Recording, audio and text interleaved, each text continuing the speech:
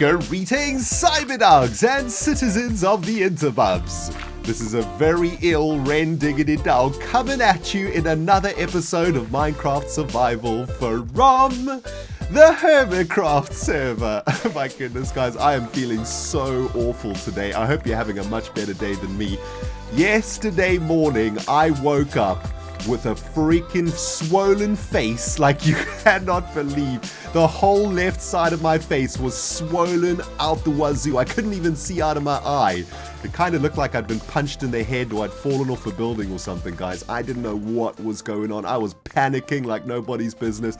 You know, like, getting sick really sucks, doesn't it, guys? Like, one day you're perfectly fine, everything's cool, you go to sleep, you wake up the next day and you are wrecked. Something has taken it down to Chinatown and you can't freaking breathe, you can't walk, you feel absolutely awful. I hate being sick so much. It's my worst thing in the entire world. Anyway, my face was so swollen when I woke up yesterday, guys, and I got really nervous. I went over to the doctor who had a look at my face, and he couldn't identify any issues with my eye or any infections or anything like that in my face. So he sent me to the dentist because he suspected it might have been something to do with my gums or my teeth. So I then went all the way across town to the dentist, and he had a look in my mouth, and turns out, guys, that probably a couple of weeks ago, or maybe over the last month or so, at some point, I cracked one of my molars. But it wasn't like a huge crack. It was just like a very small little crack that I didn't actually feel because, it obviously wasn't too big. And I actually do remember at some point I was eating some nuts or something, and I remember feeling quite a sharp pain in one of my teeth, but it quickly disappeared. And I didn't really think much of it, but that must have been the moment when I cracked my freaking tooth, man. And a couple of days ago now, that tooth got really, really infected. It's one of the top molars on the left-hand side of my mouth. And it got so infected, in fact, that, well, my entire face, like, puffed out, like as if I'd got stung in the face by a freaking swarm of bees or something. But yeah, I don't know if you guys can hear. I'm feeling a little bit out of it, guys. I'm on some serious painkillers right now and a huge amount of antibiotics and stuff. But I really wanted to record a little something today just to let you guys know that I'm okay. And I can't really do a lot of talking because my face hurts a lot, especially when I smile. I'm trying not to smile, which is hard for me because I smile a lot. So in today's episode, guys, I'm probably going to do a lot of work off camera. And yeah, I'll bring you guys back for progress updates and stuff like that, right? Just to show you what we're going to be doing. What I'm going to try and do is finish off the dye factory that we started in the previous episode. This is an orange dye factory, and I've got some really, really good news, actually. I have managed to complete the aqueducts that take all of the orange dye into storage module Gamma. I was calling it storage module freaking beta all last episode. I mean, to be honest with you guys, last episode I was already feeling a little bit rough because I recorded it the day before yesterday, the day before the infection kicked in. So I was feeling a little bit rough, which is probably why I was messing up the naming of the storage facility. But anyway, I have completed the item aqueduct over here as well as the item delivery system. This goes all the way into an item elevator that takes everything up into storage module Gamma. And actually, in other good news, I finished off the design of storage module Gamma, which I think is actually looking pretty damn sweet. So let me quickly take you over there to show you what I've done. And then I'm probably going to spend a good couple of hours off camera, guys. I'm sorry, man. I wish that I could make you a proper Hermitcraft episode today, but I'm just feeling a bit rough. My face is feeling a little bit sore. And in fact, just from all of this talking that I've done for the last 10 minutes or so, my tooth is actually hurting again. So I think I'm going to have to stop in a moment. But anyway, yeah, take a look at this. This is the sort of design that I made up for storage module Gamma yesterday. I think it looks pretty cool. The only problem is you need an ender pearl to get in there because there's no actual entrance into it. Let me take you up there. I think it looks pretty cool though. I've made like a little water elevator over here, and we can come down here, and I've already set up all of the shulker boxes that is going to be collecting orange dye. And as you can see, I've made a ton of orange dye already. In fact, I spent a lot of time getting a bunch of bones yesterday too from the Skelebyte processing unit. So yeah, this is storage module Gamma. It looks pretty cool, right? I really like how it turned out. And yeah, all I need to do now is finish off that factory, and then this storage module will be completely functional, collecting TNT, ink sackages, bones, and orange dye. And it's taken us a while to get this thing done, but it's looking pretty damn snazzy if you ask me. All right, guys, that's enough talking for me. I'll see you in an hour or so with a bit of a progress update. And yeah, by the way, before I stop, geez, there's something wrong with me. I love talking too much. I think that's my problem. I just want to say a big thank you to everybody on Twitter who was sending me some love yesterday when I posted about my ailments. So thanks everybody who've been worrying about me, and please don't worry, everything is getting a little bit better. The antibiotics are kicking in at the moment, I think, and hopefully the infection will clear. And well, the worst news is that on Monday I have to go in for root canal surgery, which any of you guys have had root canal surgery, you will know that it's not a pleasant experience, but I don't want to think about that until Monday. Anyway, guys, I'll see you in about an hour or so. Alright, Cyberdogs, time for a quick progress update. I've been working now for about 30 minutes or so, making some pretty decent progress out here at the dye factory. I've been working on connecting up the traces to the new factory, and I think it's starting to look pretty cool. I haven't looked at it from up here. Let's have a look. Nice. Okay, so I've extended this tracer all the way out there, and I have created a tracer to connect the dye factory to the Nethercool 3000. That's looking pretty cool. That's what I'm working on at the moment. I haven't quite got to working on the dye factory itself, but I wanted to get these tracers finished off first because, I don't know, I kind of like making them. It's really like a therapeutic experience because, you know, it's really simple crafting. I mean, it's just placing some blocks, some black and orange concrete and some uranium, and there's no complications to it. It's kind of awesome. I don't have to think too much. Oh man, but I'm starting to feel a little bit better, guys. One of the things that really put me on my back for the last couple of days is this really horrible fever that I've had. And generally what happens when you get an infection anywhere on your body really is that sometimes you will get quite an intense fever or kind of cold symptoms, you know.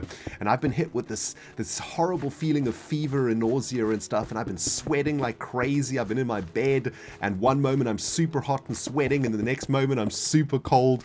And man, I tell you what, one of the only downsides to being a real life hermit and living all by yourself is that you don't have any mama to come and look after you, or any girlfriend to bring you some chicken soup or something to try and make you feel better. You know, you got to fight it all on your own. But that's okay. I knew that would happen when I became a real life hermit, and I don't mind, man. It's kind of like a personal battle, you know, to try and get over a sickness. But yeah, man, that fever has taken me down to Chinatown. Let me tell you something, guys. Luckily, the fever has broke today. I woke up this morning and my pajamas were literally completely soaked with sweat, and I think I probably sweated out the last of the fever last night, so that's good news. But it kind of reminded me of a little bit of a story I wanted to tell you while I'm doing this, because I've just been thinking about this while I've been placing down these blocks. It was a moment in my life that was actually really scary, one of the scariest moments that I've ever had. In fact, I don't know if it was a moment in my life where I could have died, but it was certainly a moment in my life that was kind of scary, and probably something that I should have been a little bit more careful about at the time. But I was about, I don't know, 14 years old or so, and I was at boarding school.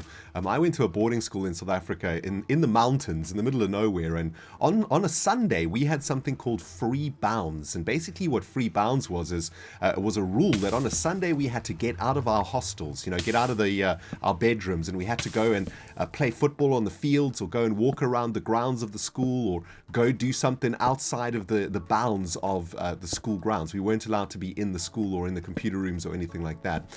And what I used to do on a Sunday is I used to head off into the mountains by myself, because my school was surrounded by these huge mountains and forests, which was absolutely amazing, especially for a kid like me who absolutely loved being in nature. And I love being by myself too. So I just used to pack a backpack with food and water, and I just used to head out into the mountains after breakfast, and I would spend the entire day exploring the mountains, building forts in the forests and all that sort of jazz, all by myself. And it was amazing. I absolutely loved it. It was one of my favorite times at school. But on this particular Sunday, I was feeling kind of ill. I think I must have had a cold, or I had flu or something that I'd picked up a few days before the Sunday. I'd been feeling sick all week, and on that particular Sunday, I thought to myself, well, let's go on free bounds and let's head off into the mountains and go to one of my forts. I had a ton of forts. I speak about all of these things in my survival series, which I probably will talk about again in my new survival series. But anyway, I had a bunch of forts that I'd built over the years while I was at school. school, and I used to on a Sunday, decide to go to one of those forts, and I decided this time I would go to a fort that was really far out. It must have been about a 3-kilometer walk or something to get to this fort that was at the top of a very high mountain, just behind my school. And I set off feeling a little bit ill, a little bit feverish, and I thought to myself, well, if we get some fresh air and we do a little bit of walking, a bit of exercise, hopefully we can break the fever, and then we'll feel a lot better. So I set off on this little adventure into the middle of nowhere, all the way up this mountain to go to one of my forts. And it took me the whole morning to get there, of course, because I was climbing through mountains, and it was kind of like a difficult path to get up there. But when I got there, when I got to the fort, I suddenly got this huge wave of sickness. The fever really kicked in, probably because it was really hot. The sun was beating down on me. I was probably dehydrated, and I really got quite ill. And I remember thinking to myself, well, this is a problem. I mean, back in those days, guys, I didn't have a mobile phone. We didn't have like 3G so that we could, connect to Facebook and be like, hey guys, I'm in the middle of nowhere. I'm at my fort in the middle of nowhere. I'm feeling kind of sick. Can somebody come and help me? No, we didn't have any of that, man. There was absolutely no ways for me to contact anybody. I didn't have any phone or anything like that with me. But I decided, okay, well, I'm feeling a little bit ill. That's okay. I'll just lie down and try and feel a little bit better. So I lay down in my fort, underneath some shade. I had a sandwich and a little bit of water. And I thought, okay, well, let's just do this, and hopefully we'll feel a little bit better after some time. But I fell asleep, and I woke up probably at about 5 p.m. Now, free bounds at my school ended at 5 p.m. You needed to be back in your hostel for roll call, where they would call your name to make sure that everybody was still there. And obviously, I was about 3 or 4 kilometers away from the school. It was about 5 p.m. It was getting a little bit darker, and I was panicking because I was still feeling really, really ill, and I had been sweating. I was feeling awful, and I was like, okay, well, the only way I'm going to get back to safety is if I just start walking. And I tried to get up and started to walk, but I was really weak, and I actually couldn't walk that well at all. And there was no ways I could have climbed all the way down those mountains to get back to school. So what I did was I walked as far as I could to get to a dirt road, because around my school there were a couple of timber farms around there. And I thought, well, let me get to the road and hopefully one of the farmers will see me there, and then they can take me back to school. So I went to the road, and I was super weak. When I got to the road, I was feeling absolutely awful. I drank the last of my water, had the last of my sandwiches and chips and stuff that I brought, and I just sat in the middle of the road, hoping that a car or a farmer would come by sometime and find me. And a couple of hours passed, actually, and it went dark. The sun went down, and I was still sat out there, 14 years old, on this road, absolutely feverish, high fever, and no water or sandwiches. And I thought that was the end, man. I thought I was going to die out there on that road, man. It was kind of scary. Anyway, after about a couple of hours or so, suddenly I saw these headlights of a car all the way on the other side of the road. So I stood up and I started waving my hands and trying to see if I could catch the attention of this car. And it turns out there were about 3 or 4 cars that were screaming up that road, driving as fast as they could up the road, and taking different roads and stuff, because there were other roads that went off that main dirt road. And basically what had happened was, because I wasn't at roll call, of course, my name had been called at roll call, but obviously I didn't answer, and the teachers sent out a search squad. So all of the teachers got in their cars and drove off into the mountains, because one of my friends must have told him, yeah, he always goes off into the mountains alone. He's kind of weird that way.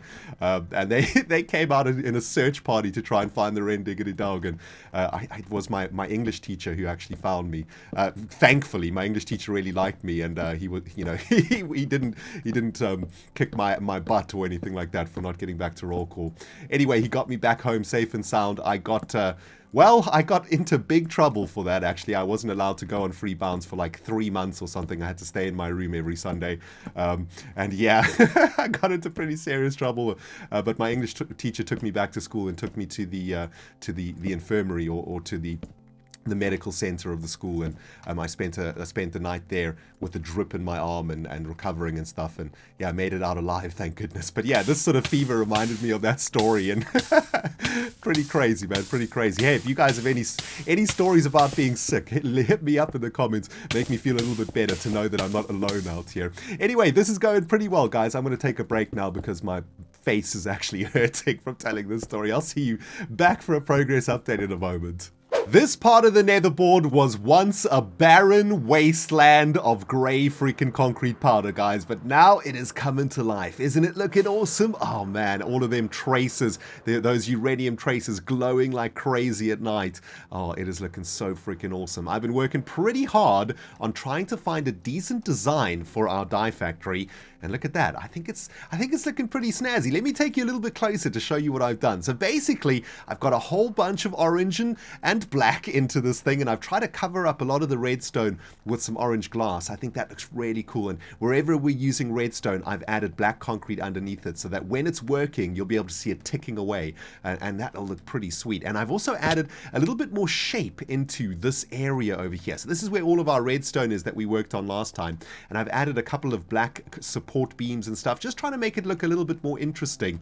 And I've also done that in the front here. I've added a sort of a uranium tracer line over here in the very center. I think that kind of makes it look a little bit more interesting. Last time it was looking a little bit more flat in the previous design, and I think this is looking sweet. Now, what I want to try and do next is maybe create some sort of a dome, right? That it's going to go all the way over this section of the dye factory. So I'm thinking if we come all the way up like this, right? And we create some sort of an orange glass dome that's going to be covering this section, that might turn out pretty cool. But what I'm also thinking about doing is maybe having another tracer line that comes all the way up here, running through the very center of the dye factory. So if you imagine we come all the way up here and have one of these tracer lines go all the way across the very top of the roof, and that's going to divide the dye factory into two sections. This is going to be the brain of the dye factory over here, and then this will be the sort of shop floor, I suppose, where you'll be able to enter into the dye factory to use it. I don't know, it's sort of in my brain. I don't know if I'm making much sense because the painkillers and antibiotics are kicking my brain into full gear over here, guys. But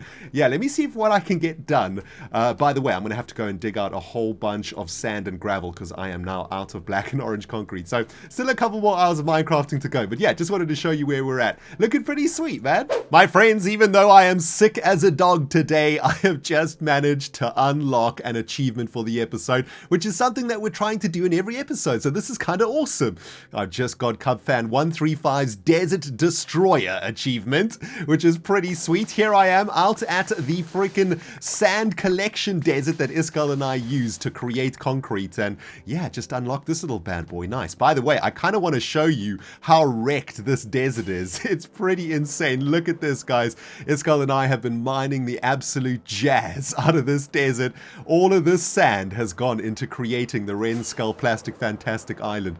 Pretty crazy, right? Yeah, look at this place, man. Unbelievable. Anyway, I'm getting a little bit of sand so that we can complete today's episode and finish off the dye factory. And yeah, just a few more stacks of sand to go, and I can get back, do some smelting, make some glass, and we can finish this puppy off. Nice.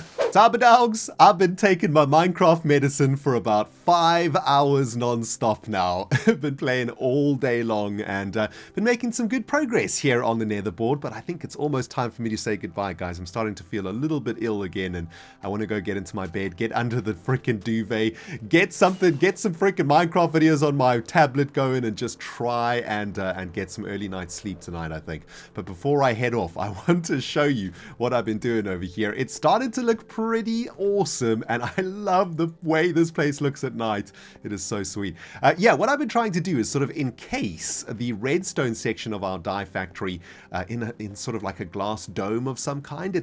It's looking pretty cool. I've been struggling a little bit with the actual like design layout of this thing. I don't know why. I think it's probably because my brain isn't functioning at full capacity right now. But I think it turned out pretty good, actually. And there's something that I want to show you. Let me just finish this off very, very quickly here. This is like the glass dome that's going to encase this side of the dye factory. I want to do exactly the same on the other side. I want there to be like a glass dome, I suppose, that is going to be the side of the factory where you go into to actually create the dye and send it into storage module gamma. So yeah, let's take a look at that. That looks pretty cool, right? Yeah, I actually really like that. Now take a look at this. This is what I really, really like. What I tried to do was run a tracer all the way over the top of the dye factory. I don't know if you can actually see that very clearly, but if we take to the air, or if we go up here at least, let's go on top of the creeper processor unit, maybe we can see it. Yeah, there we go. Look at that. So I've tried to run a tracer over the top of the factory, which I think looks really sweet. So if you can imagine this sort of design on this side, symmetrically designed on this side, right? When we come into the factory, you will have like a glass dome over here. And when you look at it from the side, you'll be able to see one of these uranium tracers going all the way over the top of the factory. I think that's pretty cool. Not entirely sold on what's happening here though with this sort of beehive look, but still quite a lot of work for me to do on this design, and still need to work on the entrance of the dye factory too. But so far, guys, I'm very pleased with how this has turned out. I think it's looking really, really spicy, and I really like being able to see a little bit of redstone in there. You know, it kind of looks like a computer component of some kind, and that sort of fits our theme here on the netherboard. So yeah, that's pretty tasty. Oh, and also, by the way, all day long, the walls of Storage Module Gamma were driving me absolutely crazy. I really didn't like those flat orange walls. I don't know, some of you guys may have seen the same thing in the previous segment. So what I've done is I've added some grills into it, and I think that's made it look a lot better. Look at that. I think that looks kind of cool. Looks a little bit better than a flat orange wall, don't you think? But yeah, anyway, I think I'm just rambling on right now, guys. My brain isn't functioning very well at the moment. So I think it's probably about time for me to say goodbye for today. Hope you have enjoyed the episode. Remember to hit that freaking like button if you did enjoy it. And if you haven't subscribed yet, remember to hit the freaking subscribe button. All right, guys, I'm going to have a cup of tea and take myself to bed. It's been ReNDoG playing some Minecraft survival and on the Hermitcraft server. And yeah, geez, the brain, please function for the next few minutes. Guys, we will smell you all in the next episode.